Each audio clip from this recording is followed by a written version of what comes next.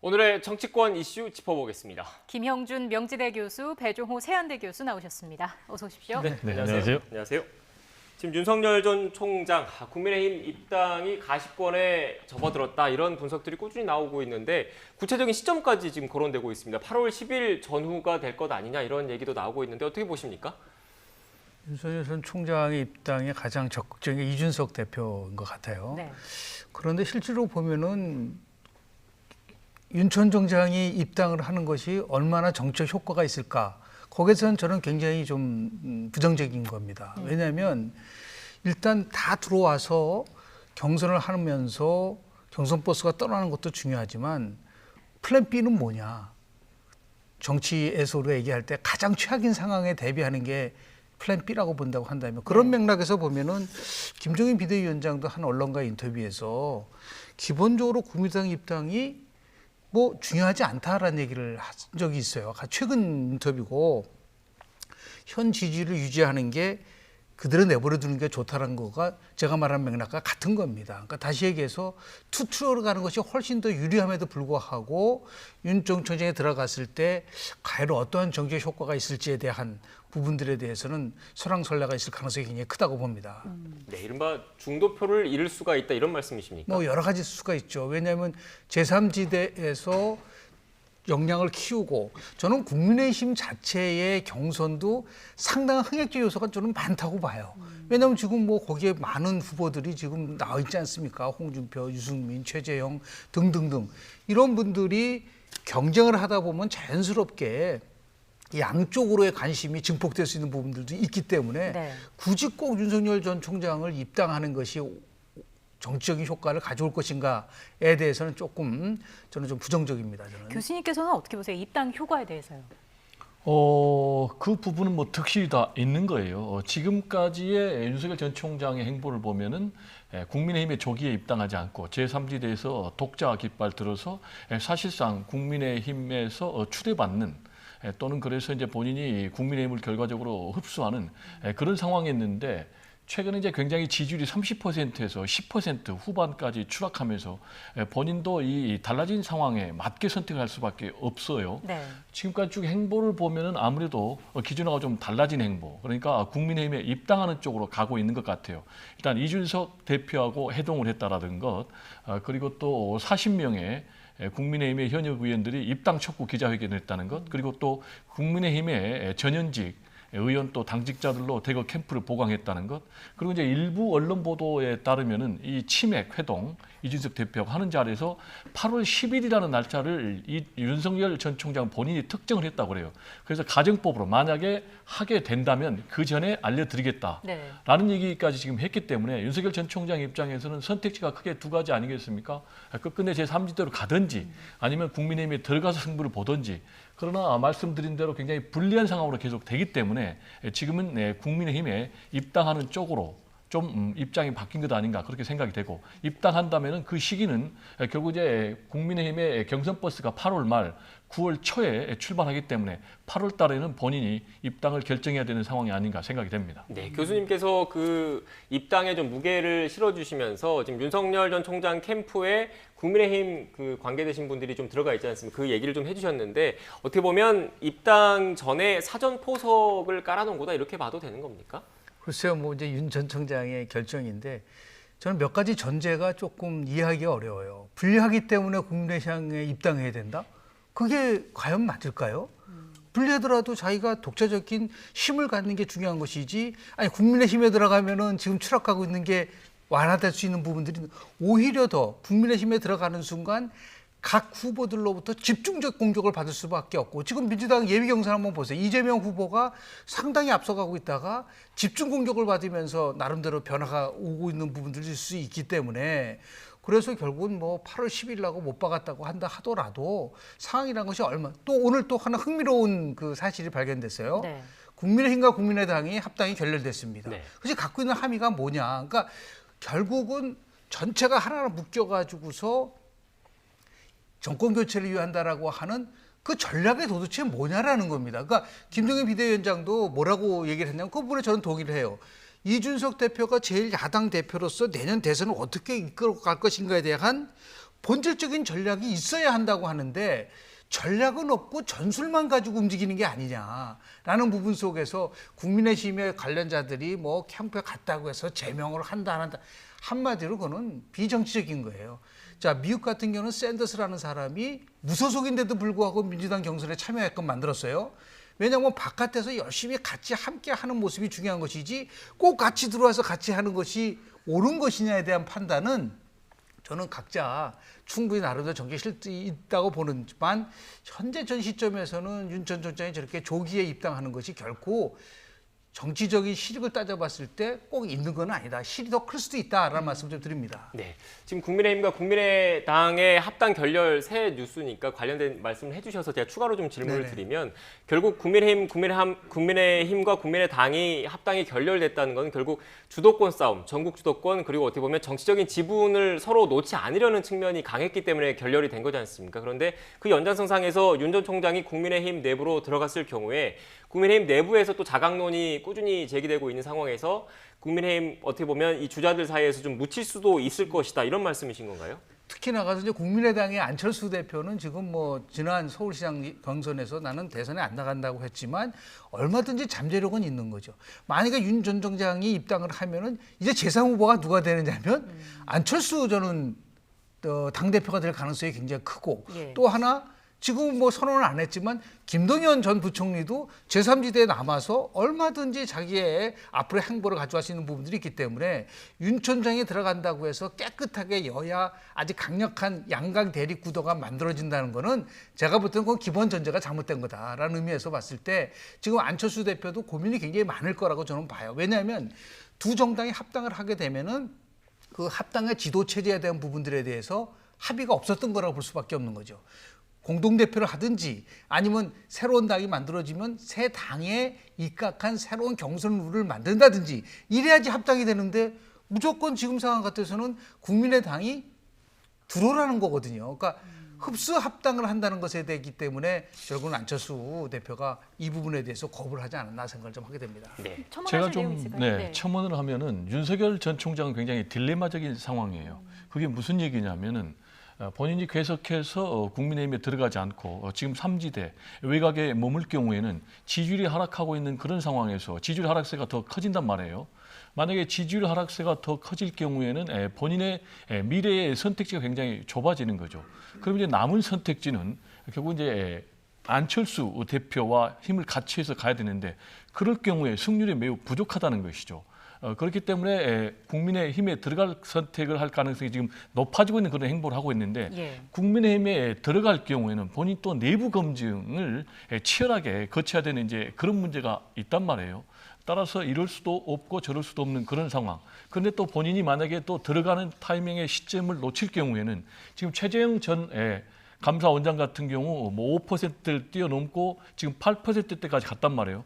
그리고 세력 진영을 갖추고 10%까지 넘어진다면은 본인의 이제 선택지가 더 좁아지는 그런 상황. 그래서 본인이 선택하는 것이 아니고 상황이 선택하게 만드는 이제 그런 상황이기 때문에 본인이 언급한 대로 8월 10일 이전에는 뭔가 들어가든지 안 들어가든지 선택을 할 것이다. 그리고 만약에 8월 10일 이전에도 국민의힘에 입당을 하지 않는다면은 김종인 전 비대위원장이 얘기했던 것처럼 투트랙으로 뭐 11월이 됐든 아니면 이준석 대표가 얘기했던 2월이 됐든 내년 그때 후보 단일화 과정을 거치는 그런 선택지가 예상이 되지 않나 이렇게 생각이 됩니다. 네, 좀 전 나온 내용이라서 미리 좀 질문을 드렸고요. 다시 앞서 돌아와서 윤석열 캠프 얘기를 좀 더 해보겠습니다. 지금 보면 인사들을 보면 좀 김종인 비대위 시절의 인사들이 좀 합류가 되지 않았습니까? 결과적으로 나중에 김종인 전 위원장이 직접 나설 가능성도 있다고 보십니까?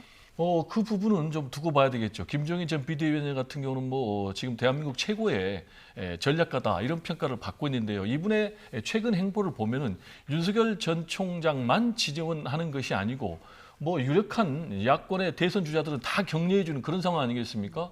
그리고 윤석열 전 총장을 향해서도 뭐 별의 순간이 왔다라고 예. 굉장히 긍정적인 메시지를 던졌는가 하면은 뭐 이제는 거의 끝났다는 식으로 또 얘기한 적도 있었단 말이에요. 그것도 뭐 앞으로 조만간에 또 회동을 한다고 그러니까 김종인 전 비대위원장이 본인의 상당히 좀 가까운 측근들을 한 3명 정도 보냈다고 그래서 이걸 바로 윤석열 전 총장에 대한 지원이나 지지 의사로 해석하면 안 되겠고, 역시 이제 김종인 전 비대위원장은 정치적인 영향력, 대선 과정에서 그걸 얼마나 극대화하느냐, 이게 목적인 것 같아요. 그래서 상황에 따라서 김종인 전 비대위원장 선택은 언제든지 바뀔 수 있다, 이렇게 전망이 됩니다. 네, 교수님께는 이 질문을 드릴게요. 앞서 교수님께서 윤석열 전 총장이 국민의힘에 들어간다고 그래도 이른바 제3지대가 깔끔하게 정리된 게 아니다라는 그렇습니다. 새로운 시나리오를 전해주셨지 않습니까? 그런데 지금 김종인 전 비대위원장 얘기가 나왔기 때문에 윤석열 전 총장이 국민의힘에 입당한다는 걸 전제로 놓고 봤을 때, 전제로 가정을 했을 때 김종인 비대위원장이 김동연 전 부총리라든지 아니면 이른바 다른 후보들을 다른 후보들을 위해서 그 구심점을 삼아서 좀 찔 가능성도 배제할 수 없다라고 봐야 됩니까? 일단은 전제 조건은 김종인 비대위원장은 그 맥락을 이해를 하면은 국민의힘에 들어가는 거는 정치적으로 이득이 전혀 없다라고 판단을 하고 있는 거고요. 두 번째는 만약에 들어간다고 한다면 더 이상 국민의힘과는 관계를 가질 수가 없다라는 그런 시그널을 보낸 거예요. 그렇다고 보면 당연히 남아 있는 후보들 중에서 예를 들어서 안철수 대표에 대해서는 워낙 이제 부정적인 이미지가 강하기 때문에 결국 한 사람 남아 있는 분은 결국 김동연 전 부총리인데, 김동연 전 부총리에 대해서는 상황 인식이 굉장히 잘 돼 있다. 그리고 경제 대통령에 대한 이미지도 맞다라고 하는 부분들이 있기 때문에 결국은 제3 후보로서는 오히려 이제는 거꾸로 김동연 전 부총리가 부상되고 거기에 김종인 비대위원장까지 힘을 실어다 주면 다른 형태의 투트랙이 되는 겁니다.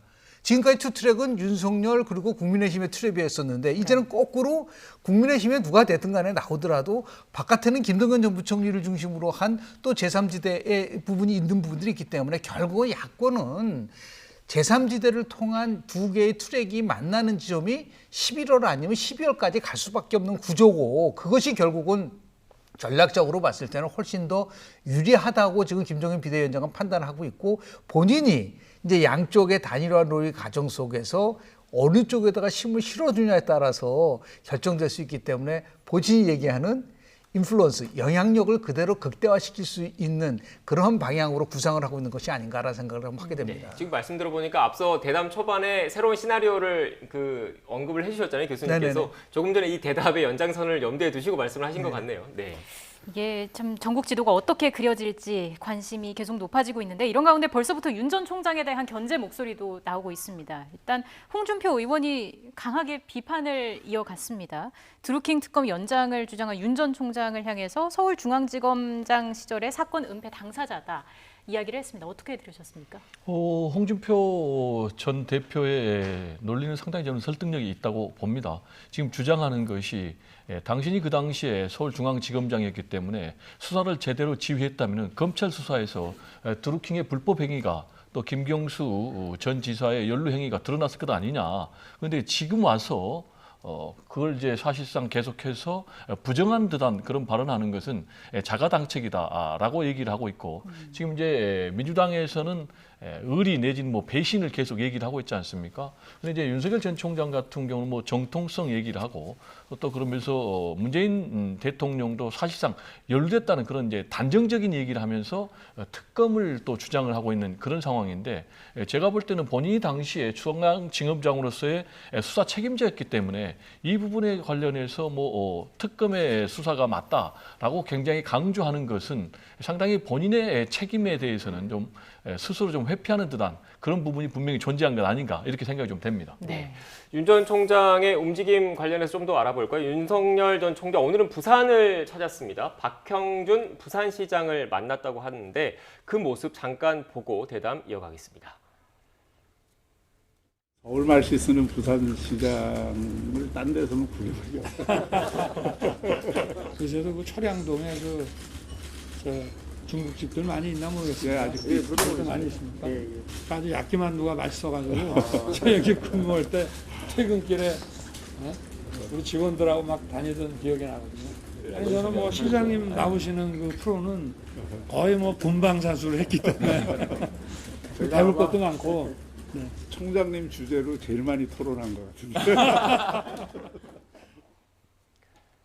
네, 윤석열 전 총장 대구를 방문한 데 이어서 부산 이른바 PK를 또 방문을 했습니다. 그리고 지금 박형준 부산시장 같은 경우에는 대표적인 MB계 이명박 전 대통령 계열의 인사로 좀 분류되는 사람이지 않습니까? 어떻게 보셨습니까? 일단은 뭐 외연을 확대하기 위해서 지역을 방문한 거는 굉장히 바람직하다고 좀 보는데 최근에 여론조사 결과를 보면 특이한 점이 하나 있어요. 윤석열 전 총장의 지지가 추락할 때 가장 핵심적인 지역을 두 군데를 뽑는다고 하면은 PK 지역이에요. 예. 왜 그런지는 모르겠어요. PK 지역에서 이재명 지사의 지지율이 훨씬 더 높게 나옵니다. 그리고 또 충청 지역도 예상외로 이재명 지사의 지지율이 높아요. 그러니까 이거는 보통 충청 대만농하고 윤석열 전 총장이 충청 출신이라는 인식이 우리가 많았는데 실제로는 그 표로 안 나타나고 있어요. 그래서 아마 이제 그런 걸 의식을 해서 뭐 이제 광주 그리고 더 나가서 지금 대구 그리고 부산까지 도는데 중요한 거는요. 지역을 순방하는 게 중요한 게 아니에요. 지금 대화 내용을 이제 우리가 들었지만은 저 나름대로 만나고 나서의 메시지가 더 중요한 겁니다. 그래서 어떻다는 거냐? 지금 결국 부산에서 만나서 다만 그 메시지가 절대로 지역주의에 편승하는 발언이 나와서는 안 되는데 네. 대구 발언은 그런 의미에서 굉장히 실수한 겁니다. 그러니까 결국은 내가 대통령이 됐을 때 어떻게 지역 균형 발전을 이루고 더 나가서 통합을 갈 거냐는 메시지가 나와야지 특정한 지역을 뭐 그 좀 조금 올려준다는 의미에서 발언했다 실수가 많은 부분들이 있거든요. 사람을 만나든 지역을 방문하든 다 중요한 거는 그 이후의 메시지가 얼마나 국민들이 공감할 수 있는 미래지향적인 메시지가 나오느냐가 굉장히 중요하다고 저는 봅니다. 네. 지금까지 야권 상황을 좀 알아봤고 여권 상황도 좀 알아봐야 될 것 같습니다. 지금 이재명 경기지사 그리고 이낙연 전 대표 측 간의 이른바 신경전이 계속 가열되고 있습니다. 민주당 차원에서는 일단 이런 그 공방전을 좀 가라앉히기 위해서 원팀 협약식도 체결을 한다고 하던데 신경전이 쉽게 가라앉지는 않는 듯한 분위기입니다. 관련된 녹취가 있는데 먼저 듣고 오겠습니다. 의원들이나 선거인단이나 국민들은 알고 있습니다. 네. 저 후보가 진실에 근거하고 팩트에 근거해서 검증을 하면서 후보자의 능력과 실력, 경쟁력을 확보해 나가는 과정인지 지지율이 되지 않는데 1등이 되기 위해서 일방적인 네거티브로 공격을 하고 있는지를 알고 있기 때문에 네. 그 판단은 사실은 국민들과 당원들이 하고 있어서 현명한 제가 보기엔 후보자라면 철저하게 절제하고 그런 가운데 정책 경쟁과 검증을 해나갈 것이다. 아전인수 격도 있겠지만 네. 실제 이제 팩트가 드러난 부분은 인정할 필요가 있고요. 네. 또 사실인 줄 알았는데 나중에 확인해 보니 아니더라 한 것은 솔직히 인정하는 부분이 필요하다. 그것은 저희들 캠프도 마찬가지고 또 이재명 후보 캠프나 다른 후보들도 마찬가지다 봅니다. 네, 이렇게 양측의 신경전이 계속되는 이유 아무래도 그 두 후보 간의 지지율 추이가 영향을 좀 줬다고 생각이 드는데 특히 최근 이른바 백제 관련된 발언 때문에 좀 논란이 불거지고 있습니다. 관련된 그래픽이 있는데 그래픽을 한번 보면서 말씀드리겠습니다. 네, 띄워주십시오. 네, 일단 이건 차기 대선 후보 적합도입니다. 그리고 광주 전라 지역의 그 지지율 추이 그래픽이 있는데 그것도 좀 준비된 대로 한번 좀 띄워주십시오. 그 백제 발언 논란 직후에 여론조사에서 그 광주 전라 지역만 놓고 봤을 때 이재명 경기지사가 지금 보시는 그 그래픽입니다. 이재명 경기지사 같은 경우에는 저렇게 보는 것처럼 하락을 했고 이낙연 전 대표 같은 거에는 상승을 했습니다. 특히 민주당 내에서는 이른바 호남 표심을 무시할 수가 없는 상황이잖아요. 어떻게 보십니까? 백제 발언 이슈는 이재명 지사에 굉장히 좋지 않은 이슈예요. 백제 발언과 관련해서 이재명 지사의 본뜻이 무엇이든 간에 네. 특히 이제 호남의 유권자들 또 호남인들은 과거에 지역 차별에 대한 아픈 상처가 있기 때문에 백제 발언만 들으면은 이게 이성적으로 판단하는 것이 아니라 감정적으로 반응할 수밖에 없거든요.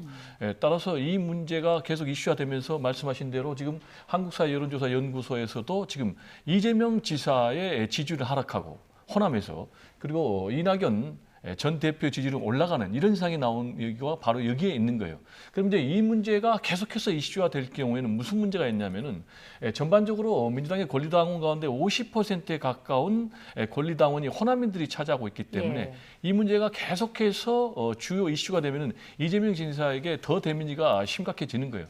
따라서 지금 굉장히 이 과거 논쟁을 가지고 뭐 노무현 전 대통령이 17년 전 탄핵 문제까지 끄집어내고 있는데 빨리 미래 생산적인 미래 논쟁으로 가야 된다. 그래서 이재명 지사 같은 경우도 지금 과거 논쟁의 프레임에서 계속 사로잡혀서 같이 싸울 것이 아니고 어떤 뭐 기본소득이라든지 본인이 주장하는 그런 정책 이슈 또 미래 이슈로 국면을 전환할 필요가 있다라는 얘기를 좀 강조를 하고 싶습니다. 네, 과거 논쟁에 머물러 있으면 안 된다 말씀해 주셨는데 지금 이 지지율 변화 그 추이는 어떻게 좀 보셨습니까? 실은 백제 발언 이전에 그 흔들림을 준 거는 영남 역차별 발언이에요. 저는 영남에 가서 안도에 가서 영남이 역차별당했다는 거를 가지고서 일단 1차적으로 호남 민심에 굉장히 큰 상처를 줬고요.